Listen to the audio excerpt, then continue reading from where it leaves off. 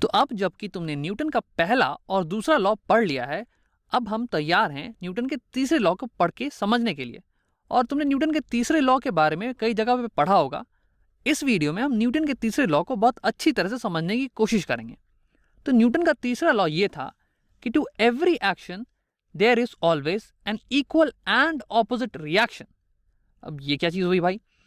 तो इसको सरल शब्दों में समझने के लिए ये लिखा है हमने, if body A applies a force on body B, then simultaneously B will apply an equal force on A in the opposite direction.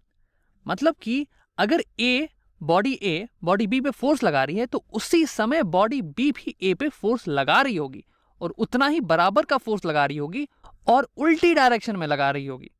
मतलब कि अगर मैं किसी बॉडी को ढकेलूं, मान लेते हैं कि मेरे पास एक ब्लॉक है, ये रहा ब्लॉक, और मैं उसे ढकेलने की कोशिश कर रहा हूं, तो क्या होगा कि ये जो ब्लॉक है ये एक्सेलरेट करने लगेगी क्योंकि मैं इस पर फोर्स लगा रहा हूं, है ना।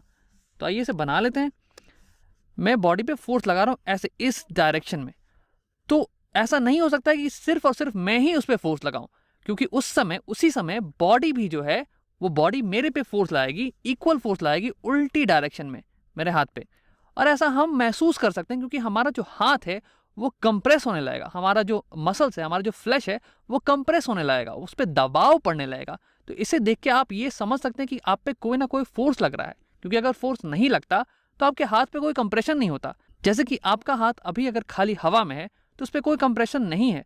मेरे सामने एक टेबल रखी है और मैं इस टेबल को ढकेलने की कोशिश कर रहा हूँ, और क्योंकि मैं इस टेबल को ढकेलने की कोशिश कर रहा हूँ तो मैं इस टेबल पे फोर्स लगा रहा हूँ इस डायरेक्शन में।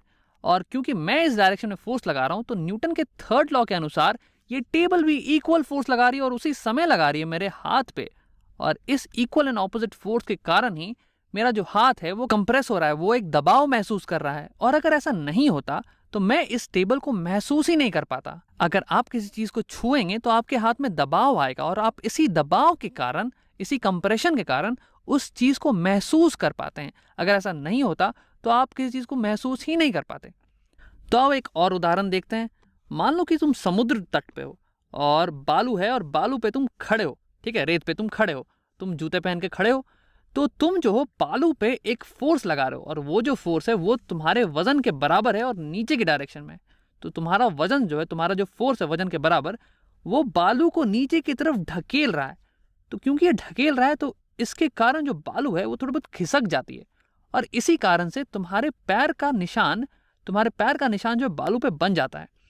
और न्यूटन के थर्ड लॉ के अनुसार जो बालू है, जो रेत है, वो भी तुम्हारे पैर को इक्वल एंड ऑपोजिट फोर्स से ढकेल रही है। तो यानी कि रेत जो है तुम्हारे पैर को ऊपर की तरफ ढकेल रही होगी और वो बराबर फोर्स से ढकेल रही होगी। और इसे भी हम चेक कर सकते हैं क्योंकि देखो, तुमने न्यूटन का सेकेंड लॉ पढ़ा है। तो न्यूटन के सेकेंड लॉ में न्यूटन ने यह कहा था कि जो नेट फोर्स है बॉडी पे वो बराबर होगा मास इंटू एक्सेलरेशन के। तो अगर तुम्हारी बॉडी पे सिर्फ और सिर्फ एक ही फोर्स है, वो है ग्रेविटी की फोर्स, तो तुम्हारी बॉडी जो है एक्सेलरेट करनी चाहिए नीचे के डायरेक्शन में, क्योंकि ग्रेविटी तुम्हें नीचे की तरफ खींच रही है तो तुम नीचे की तरफ एक्सेलरेट करने चाहिए। लेकिन तुम वहीं के वहीं खड़े हो, तुम्हारा नेट एक्सेलरेशन जीरो है, यानी कि तुम पे नेट फोर्स जो है वो जीरो है। इसलिए तुम्हारा जो ग्रेविटी का फोर्स है वो जो है बैलेंस किया जा रहा है ये रेत के फोर्स के कारण। यानी कि तुम पे एक फोर्स है जो कि ऊपर की तरफ भी है और वो बराबर है तुम्हारे वेट के फोर्स के। तो आप एक और एग्जाम्पल देखते हैं, एक बहुत ही फेमस एग्जाम्पल, एक रॉकेट के हवा में स्पेस में जाने का एग्जाम्पल। तो रॉकेट स्पेस में जाता कैसे है? क्योंकि हवा में तो कुछ पकड़ के नीचे फेंकने के लिए है नहीं, जिसको कि फेंकने के कारण ये ऊपर उड़ता चला जाएगा। तो इसके लिए रॉकेट्स करते क्या है कि अपने ये फ्यूल टैंक, ये है इनका फ्यूल टैंक, इस फ्यूल टैंक में बहुत सारा फ्यूल लेके चलते हैं ये, और फिर केमिकल रिएक्शन होता है इस फ्यूल टैंक में, जिसके कारण ये जो फ्यूल है ये गैसेस में बदलता है और इन गैसेस को बहुत ही हाई, अल्ट्रा हाई वेलोसिटी के साथ ये जो रॉकेट है ये पीछे की तरफ, यानी नीचे धरती की तरफ फेंकती है। और क्योंकि यहाँ पे जो हर एक पार्टिकल है इस गैस के अंदर, उसको बहुत ही हाई वेलोसिटी के साथ फेंका जा रहा है, उस पर बहुत ही बड़ा फोर्स लगाया जा रहा है, इसलिए इक्वल एंड ऑपोजिट फोर्स लगता है हमारे रॉकेट पे, हमारे इस रॉकेट के फ्यूल टैंक पे ऊपर की तरफ।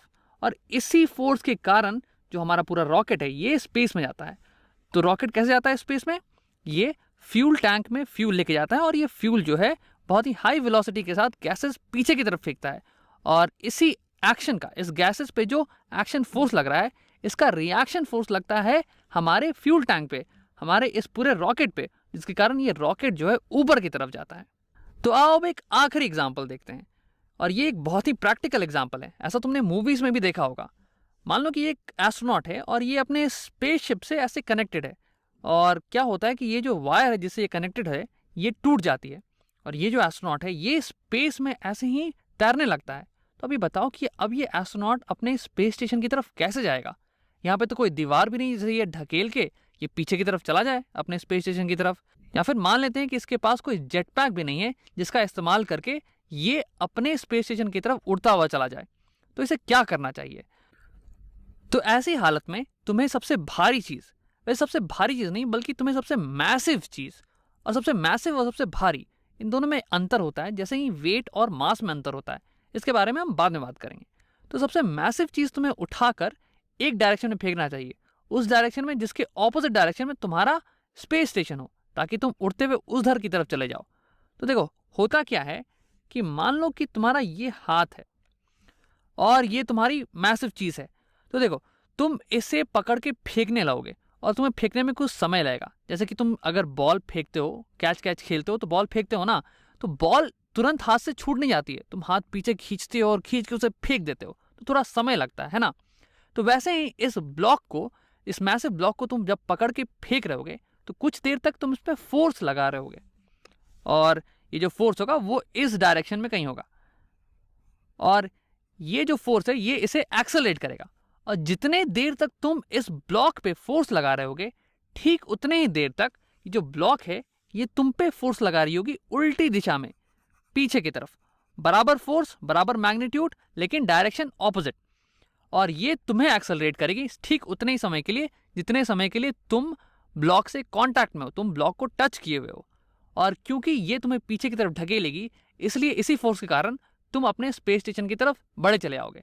तो इसलिए हमने ये कहा कि तुम ब्लॉक को इस डायरेक्शन में फेंक दो, ताकि ब्लॉक जो है तुम पे फोर्स लगाए, बराबर फोर्स लगाए पीछे के डायरेक्शन में, ताकि यहाँ तुम स्पेस स्टेशन की तरफ कहीं चले आओ।